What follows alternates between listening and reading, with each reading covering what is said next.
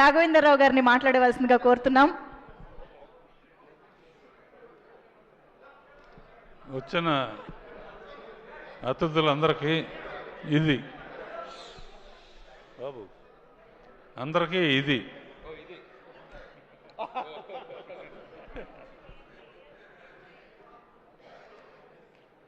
ఇది ఎలా ఉందంటే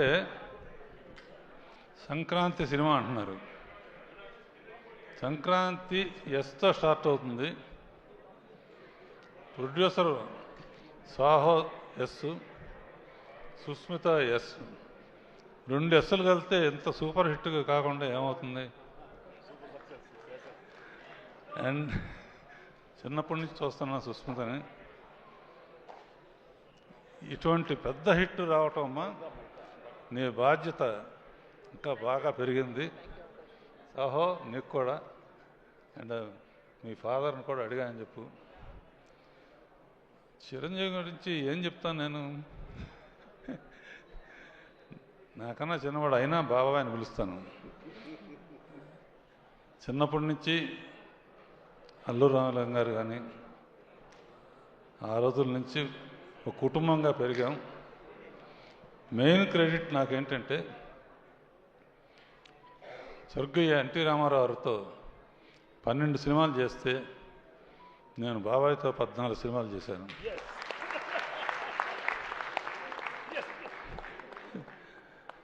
ఇప్పుడు ఏంటంటే జగదేకవీరుడు ఆయనే, అతిలోక సుందరి ఆయనే.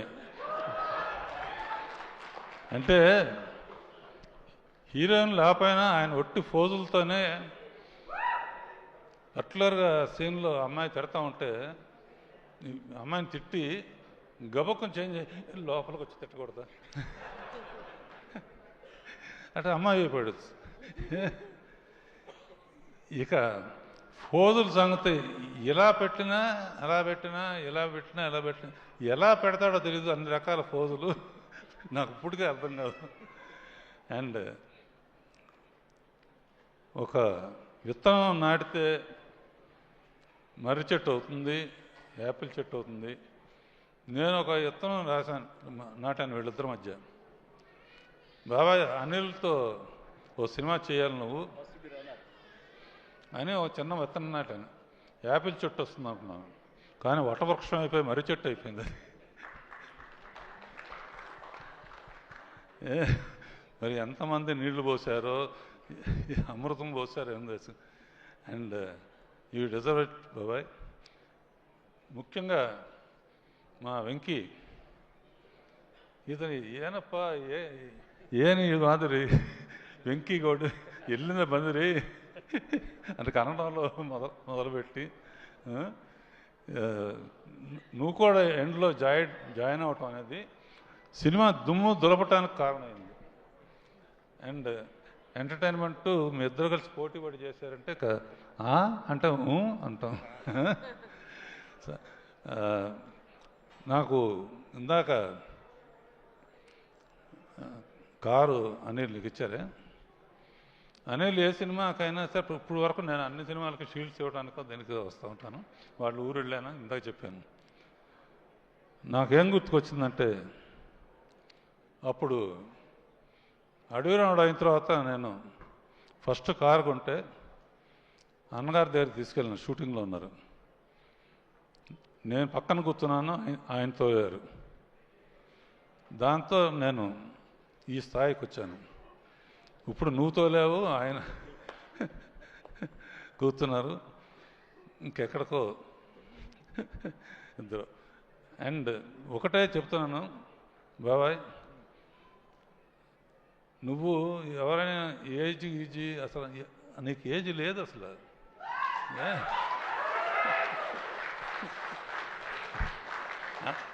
అందరూ నన్ను అడుగుతారు, మా ఇంట్లో వాళ్ళు కానీ బయట అందరు కానీ, ఏంటి చిరంజీవి రహస్యం ఏంటి?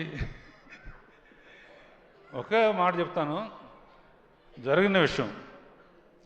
సరిగ్గా 30 years బ్యాక్ దగ్గర ఇందిరా సినిమాలో ఒక సాంగ్ వేణు బిట్టుంటుంది.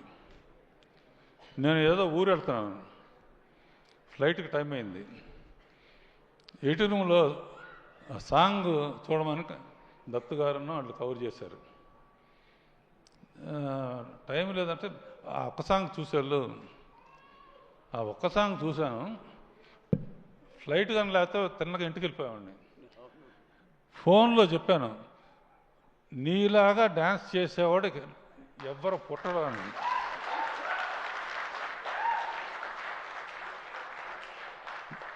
సేమ్ వీణబెట్టు చాలామంది చేశారు, చాలామంది ట్రై చేశారు. కానీ ఆ జిమిక్ ఏంటో, ఎక్స్ప్రెషన్స్ ఏంటో, ఎలా ఇస్తాడో ఏమను. అలా 30 years బ్యాక్ ఎలా చేసావో ఇప్పుడు కూడా ప్రతి మూమెంట్, ప్రతి ఇది. అండ్ అనిల్ ఇక చెప్పడానికి అవసరం లేదు కామెడీకి. వెంకీను చిరంజీవి కలిపి చేస్తున్నారంటే దుమ్ము దులిపేస్తారు కదా, గ్యారంటీ. నేనైతే ఒక సీన్ పెట్టామండి అనిల్, వీళ్ళిద్దరు తాగొచ్చి నయనతార దగ్గర కూర్చుంటే ఎలా ఉంటుందని.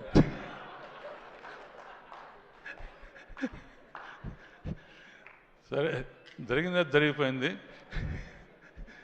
సంక్రాంతికి నిజంగా యాక్చువల్గా ఏంటంటే సంక్రాంతి టైంకి ఇండస్ట్రీ చాలా డల్గా ఉంది.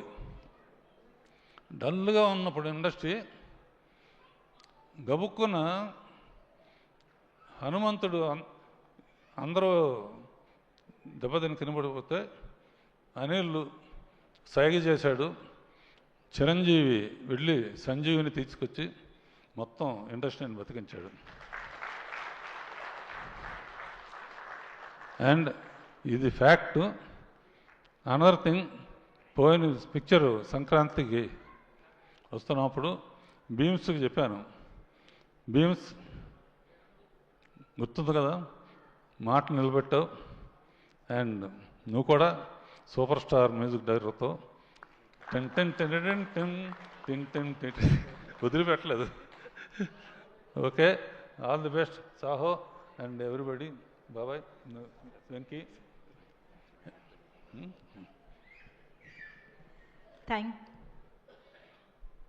కారు జాగ్రత్త. నేను అనిల్ గారు ఒక్కసారి ప్లీజ్. నేను ఇందాక ఈ ఫంక్షన్కి మేము పిలవగానే మాకు గెస్ట్లుగా వచ్చిన వివి వినాయక్ గారికి స్పెషల్ థ్యాంక్స్. వినాయక్ గారు is the most closest person నాకు ఇండస్ట్రీలో. నా ఫస్ట్ సినిమా సక్సెస్ అయితే నాకు వచ్చే ఫస్ట్ కాల్ వినాయక్ గారు. Thank you Vinayak sir. అలాగే గురుగారు ఒక్క నిమిషం మీ గురించి ఒక్క మాట చెప్తాను. గురువుగారు నాకు ఫస్ట్ సినిమా నుంచి నన్ను ఎంత బాగా చూసుకుంటారో నాకు తెలుసు. ఆయనకి ఏదో ఒక డెడికేషన్ చేయాలనుకున్నాను. దీంట్లో 2 చేశాను. ఒకటి ఆయన డైరెక్ట్ చేసిన రౌడీ అల్లుడు సినిమాలో బీజిఎంని సినిమా మొత్తం మెగాస్టార్ గారి బీజిఎంగా వాడాను. అంతేకాదు మెగాస్టార్ గారి కార్డు పడేటప్పుడు ఘరానా మౌడు బ్యాక్గ్రౌండ్ మ్యూజిక్ వాడాను. సో ఒక రకంగా మీరు కూడా ఈ సినిమాలో ఉన్నారు మాతో పాటు. Thank you Guruji. అండ్ మీరు కమర్షియల్ సినిమాని మీరు డిఫైన్ చేశారు, అది మేము ఫాలో అవుతున్నాం. That's it. Thank you sir. Super Anil గారు. Thank you so much. Thank you so much. Raghavendra Rao sir, please have your seat. Requesting you.